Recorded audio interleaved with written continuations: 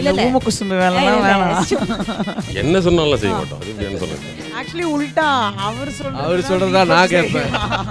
அப்படியே உல்டா. நான் என்ன சொன்னாலும் அவர் செய்வேன். வேலைக்கு ஆகணும்னா நான் அவர்கிட்ட தான் ஃபோன் பண்ணி சொல்வேன், அண்ணா கொஞ்சம் பேசுங்க என்ன சொல்லி அந்த மாதிரி அவரு சார் யூ ஆர் சேவ்ட் அப்படின்னு காட்டுற கார்டு இவர் தான் காட்டுவாரு. You are saved. என்ன சார் அடிக்கடி அவரை பத்தி இவங்க ஏதாவது கம்ப்ளைண்ட்ஸ் அந்த மாதிரிலாம் வருமா சார்? சொல்லுங்க. நிறைய வரும். சொல்லுங்க சார். அததான் சொல்ல மாட்டான் சார். ரெண்டு பேருமே அப்படியே பூசி மழுவிட்டு இருக்காங்க. என்ன கம்ப்ளைண்ட் வரும் தீபக் பத்தி? கம்ப்ளைண்ட்னா சும்மா வீட்டில் சின்ன சின்ன இஷ்யூஸ் தானே, ஃபேமிலிக்குள்ள ஒரு இஷ்யூஸ். திடீர்னு ஏதாவது நாங்க கேள்விப்பட்டா அதிக நேரம் உங்க கூட சுத்திட்டு இருக்கான்னு வருது. அது வாய்ப்பே இல்லை. அவர் இருக்கிற பிஸிக்கு அவரோட எங்க சுத்தி முடியும். சஞ்சீவ் வெங்கட்லாம் சுத்திட்டு இருப்பாங்க. இவரு மீட் பண்ணுவோம். ஆனால் அடிக்கடி மீட் பண்ணுவோம். பட் ரொம்ப எப்பயாவது வீக்லி ஒன்ஸ் அந்த மாதிரி மீட் பண்ணுவோம். எங்களால பிரச்சனை வராது வீட்டில். அவனா ஏதாவது ஒரு பிரச்சனை என்ன போட்டு உடைச்சிட்டாரு. எங்களால பிரச்சனை வராது, அவங்களால பிரச்சனை எங்களால நான் என் கூட இருக்கிறதால அவனுக்கு பிரச்சனை வரும்ன்றது வாய்ப்பு இல்லை. அது ஏன்னா அந்த பிரச்சனைக்கு நான் தானே சால்வ் பண்றது. எப்படி என்னால பிரச்சனை வரும்? அப்ப பிரச்சனையை கிரியேட் பண்றது யாரு? அது தெரியல. தெரியாம இருக்கா சார்? பிரச்சனை சால்வ் பண்ண முடியும்.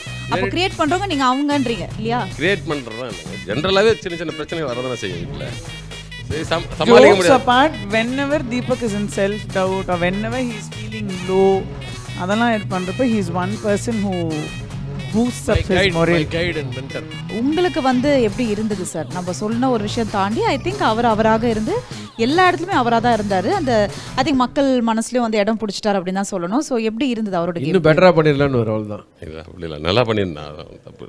எங்கேயா வெளியில் போகிறோம், ஒரு 10 பேர் போகிறோம்னா அந்த இடத்துல தீபக் ஃபஸ்ட்டு 1 or 2 days கொஞ்சம் ஸ்லோவாக தான் ஸ்டார்ட் பண்ணுவான். அதுக்கப்புறமா பார்த்தீங்கன்னா ஃபுல்லாக அந்த அந்த அந்த டைமே அவனால் தான் நடக்கும். எல்லா விஷயங்களும் அங்கே அவன் தான் பண்ணுவான்.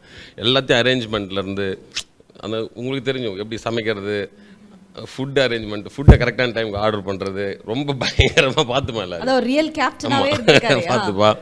அந்த விஷயங்கள் எனக்கு தெரியும். ஓகே இன்னும் அவன் கரெக்டான டைம் இல்லை அப்படின்னு நினச்சேன். பட் ஒரு 3rd வீக்லேருந்து ஆக்சுவலாக கேம் ஸ்டார்ட் பண்ணிட்டான். அந்த கேப்டன்சி ஆக்சுவலாக ரொம்ப எனக்கு பிடிச்சிருந்தது. பட் நீங்கள் அவர் அந்த கோவன்றது டக்கு டக்குன்னு சில விஷயத்துக்கு ரொம்ப கோவப்படுவாங்க சார்.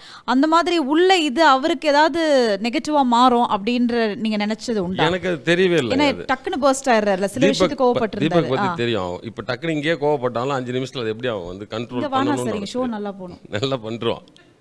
உங்ககிட்ட இப்போ கோவப்பட்டாலும் உடனே சரி பண்ணிவிடுவான். அது கோவம் அந்த நிமிஷம் தான் கோவப்படணும்னு படுறது கிடையாது. சார் இவங்க 2 பேர் பத்தி ஏதாவது சொல்லுங்க சார். வந்திருக்கீங்க ஏதாவது சொல்லி. அவங்க 2 பேர் ஹஸ்பண்ட் அண்ட் ஒய்ஃப்.